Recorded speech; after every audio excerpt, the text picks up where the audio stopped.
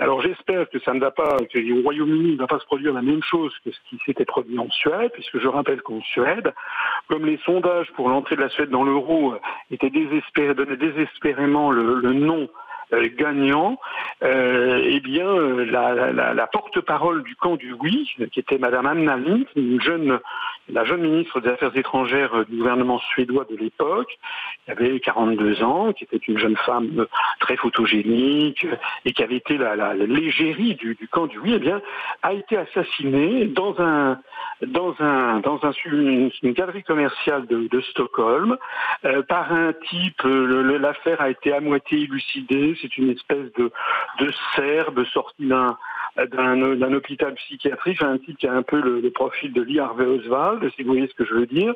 Et elle a été donc assassinée 2 jours avant la tenue du référendum. Et au lieu d'arrêter le référendum et de le reporter, le gouvernement du Premier ministre, M. Persson, qui à l'époque, Premier ministre de la Suède, a maintenu le référendum. Et pendant les 24 heures précédentes, les 48 heures précédentes le scrutin, on a chanté les louanges de cette femme qui avait été assassinée pour le triomphe du oui, et on a expliqué aux Suédois que ça allait changer probablement la donne et qu'ils allaient voter oui. Je ne sais pas si vous vous rendez compte, il y a même eu un sondage Gallup, qui a été le dernier sondage publié, qui avait indiqué que le camp du oui, miraculeusement, allait triompher du fait de cet assassinat mystérieux. En fait, ça n'a pas eu lieu, le non l'a emporté en Suède, et puis ce qui est intéressant, c'est que toutes les prophéties d'Apocalypse qui avaient été faites pour la Suède, donc c'était en 2003, 13 ans après, plus personne n'en parle. Et pourquoi plus personne n'en parle ? Parce que la Suède, je ne vais pas dire qu'elle se porte merveilleusement bien, elle fait quand même partie de l'Union européenne, mais elle se porte quand même parmi les pays de l'Union européenne, l'un des pays, sinon celui qui se porte le mieux. La couronne suédoise a tenu parfaitement la route, et les Suédois sont fiers d'avoir gardé leur monnaie nationale. Et la banque de Suède, la Riksbank, peut avoir une politique monétaire un petit peu indépendante. Bon, ils veillent quand même, il n'y a pas de gros écart entre la couronne suédoise et l'euro, mais ils ont quand même repris leur politique monétaire. Voilà. Alors si tout ça pour dire, j'espère que le Brexit, il ne va pas y avoir je serai un des plus ardents partisans du camp du oui au Royaume-Uni. Je prendrai des gardes du corps, parce que vous comprenez, évidemment, s'il y avait un attentat ou s'il y avait quelque chose comme ça qui se passait au Royaume-Uni, les médias, ils vous expliqueraient aussitôt, vous voyez, si on sort de l'Union européenne, ils feront un amalgame qui n'a aucun rapport entre, par exemple, le terrorisme et le risque d'attentat, et puis la sortie du... tout est possible, hein. On a affaire à vraiment quelque chose, parce que là on touche au dur. Si le Royaume-Uni sort de l'Union européenne, ça va inéluctablement avoir un effet de domino, parce que tout simplement, les peuples d'Europe vont regarder ce qui va se passer, et puis ils constateront que ça n'est pas l'apocalypse promise par les européistes.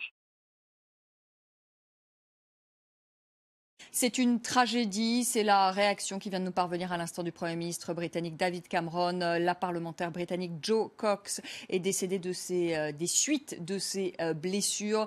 Elle était travailliste et surtout, elle militait ardemment pour le maintien du Royaume-Uni au sein de l'Union européenne, et ce, à une semaine de ce fameux référendum sur le Brexit. Ce sera jeudi prochain. Avec nous, Caroline de Camaret. Caroline, tout d'abord, qui est Jo Cox, qui est décédée donc ce soir des suites de ses blessures? Alors c'est une toute jeune parlementaire, un mère de 2 enfants, qui a été élue à Westminster en 2015. Elle est travailliste, vous l'avez dit, et en effet on sait que autant le leader travailliste Jeremy Corbyn, qui a d'ailleurs qualifié sa mort de meurtre, n'a pas vraiment fait véritablement campagne ardente sur cette question de la sortie ou non du Royaume-Uni, qui doit être tranchée dans une semaine normalement. Autant les députés de base ont véritablement fait campagne. Elle était près de sa permanence, en l'occurrence, quand l'incident est arrivé. Alors on ne connaît pas exactement la nature de cet incident. Est-ce qu'elle a été prise dans une rixe? Est-ce qu'elle a affronté seule un homme armé?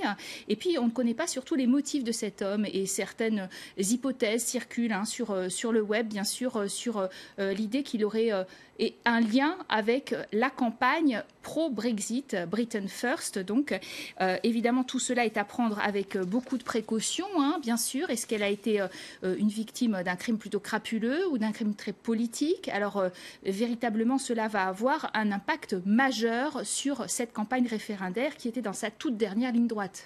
Alors, justement, les deux grands partis que sont les Tories et les travaillistes ont décidé ce soir de suspendre leur campagne.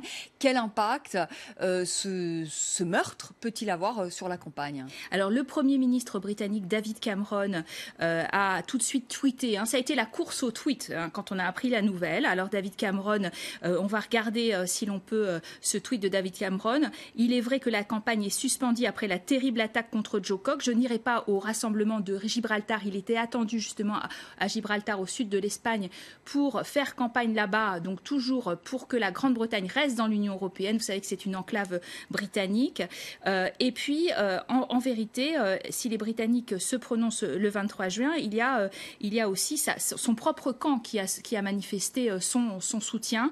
En l'occurrence, on parlait du chef du Parti travailliste, Jeremy Corbyn. On va regarder son tweet lui aussi. Il se dit tout à fait choqué par la nouvelle de l'attaque sur Joe Cox. Les pensées du Labour Party entier vont vers elle et sa famille. Et puis, évidemment, il y a l'autre camp, celui qui souhaite que l'on sorte, avec un certain Boris Johnson, ex-maire de Londres, qui dit « J'ai juste entendu la nouvelle horrible de l'attaque contre Joe Cox. Mes pensées sont avec elle et sa famille. » C'est-à-dire qu'on se renvoie, vous le voyez un petit peu politiquement, la balle. Tout le monde surenchérit sur cette idée qu'ils compatissent, bien sûr, mais on sent bien qu'il y aura probablement un impact réel. Est-ce qu'on peut organiser un référendum jeudi prochain dans de bonnes conditions, alors que peut-être les campagnes seront suspendues aujourd'hui, mais peut-être aussi au-delà s'il y a un enterrement et des obsèques nationales? Il y a toutes sortes de questions maintenant qui se posent, très concrètes, et puis aussi évidemment des questions d'ordre policière pour le Royaume-Uni. Alors, ces dernières informations qui nous parviennent, je vous les donne évidemment au compte-gouttes. D'après les médias britanniques, l'agresseur qui aurait été arrêté d'après les médias, a ouvert le feu sur l'élu travailliste, l'a ensuite poignardé dans des circonstances qui restent encore ce soir confuses. Ça s'est passé à Burstall, près de Leeds, qui est une localité de la circonscription de la députée travailliste. Selon un témoin qui est cité par l'agence de presse Association, Joe Cox, qui était âgé de 41 ans,